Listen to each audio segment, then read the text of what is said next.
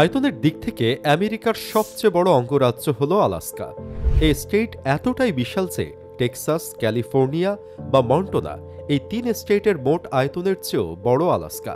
অথচ আপনি জেনে অবাক হবেন যে 1867 সালে মাত্র 72 লক্ষ মার্কিন ডলারের বিনিময়ে রাশিয়া আলাস্কাকে যুক্তরাষ্ট্রের কাছে বিক্রি করে দেয়। বর্তমানে বাজার মূল্যে এটা দাঁড়ায় 12,90,00,000 যা প্রায় 1572 কোটি টাকা। স্বাভাবিকভাবেই প্রশ্ন ওঠে, রাশিয়া কেন আলাস্কাকে এত কম দামে যুক্তরাষ্ট্রের কাছে বিক্রি করে দিয়েছিল? রিচ বাংলার আজকের এক্সপ্লেইনারে চলুন সেই সত্যই জানা যাক। প্রথমত, আলাস্কা রাশিয়ার জন্য অর্থনৈতিকভাবে লাভজনক ছিল না। সে সময় আলাস্কায় স্বর্ণ বা তেল কোনোটি আবিষ্কৃত হয়নি। প্রতিকূল তুন্দ্রা অঞ্চলের আবহাওয়ার কারণে আলাস্কায় কৃষিপণ্য উৎপাদনের পরিমাণও ছিল খুব কম। আলাস্কার মূল সম্পদ ছিল সেখানকার জলসীমায় বসবাসরত সামুদ্রিক ভোঁদড়ের পশম। কিন্তু অতিরিক্ত শিকার করার ফলে এই প্রাণীটির সংখ্যা 19 শতাব্দীর মাঝামাঝি নাগাদ একেবারেই কমে গিয়েছিল।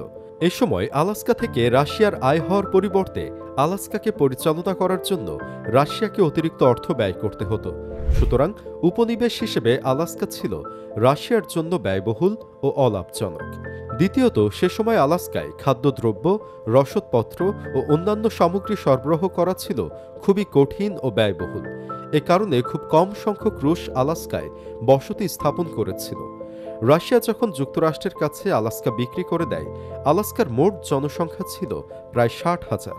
এদের মধ্যে মাত্র 2,500 জন ছিল জাতিগত রুশ, অথবা জাতিগত রুশ ও স্থানীয় জাতিগুলোর সংমিশ্রণে গড়ে ওঠা সম্প্রদায়ভুক্ত মানুষ। এত অল্প সংখ্যক অধিবাসীর সাহায্যে এই বিরাট ভূখণ্ড বৈদেশিক আক্রমণ থেকে রক্ষা করা সম্ভব ছিল না। তৃতীয়ত, ক্রিমিয়ান যুদ্ধের ফলে রাশিয়া ব্যাপকভাবে ঋণগ্রস্ত হয়ে পড়ে। এই অবস্থায় আলাস্কা শাসন কার্যের জন্য অর্থ ব্যয় করা রাশিয়ার জন্য একটি অতিরিক্ত বোঝা হয়ে দাঁড়িয়েছিল। ব্রিটেনের আক্রমণের প্রেক্ষিতে আলাস্কার নিরাপত্তা নিয়ে রুশ নীতি নির্ধারকদের মধ্যে শঙ্কার সৃষ্টি হয়েছিল। তদুপরি যুক্তরাষ্ট্র সে সময় একের পর এক ভূখণ্ড দখল করছিল। রুশ নীতি নির্ধারকরা আশঙ্কা করছিলেন ভবিষ্যতে যুক্তরাষ্ট্র আলাস্কায় আক্রমণ চালাতে পারে।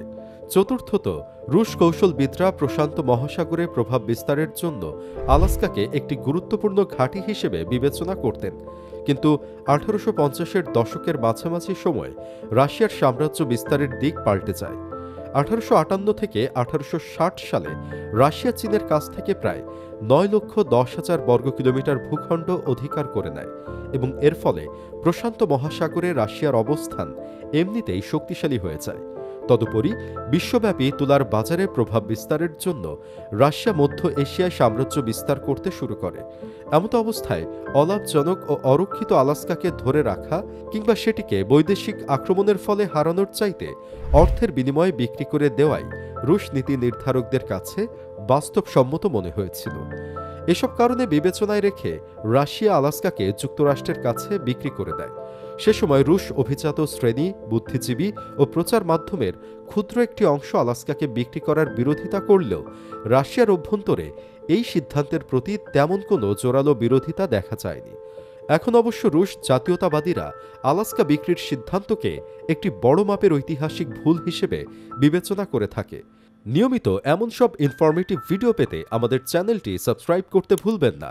সেই সাথে সামনে কোন বিষয়ে এক্সপ্লেইনার পেতে চান তা জানিয়ে দিন কমেন্ট করে।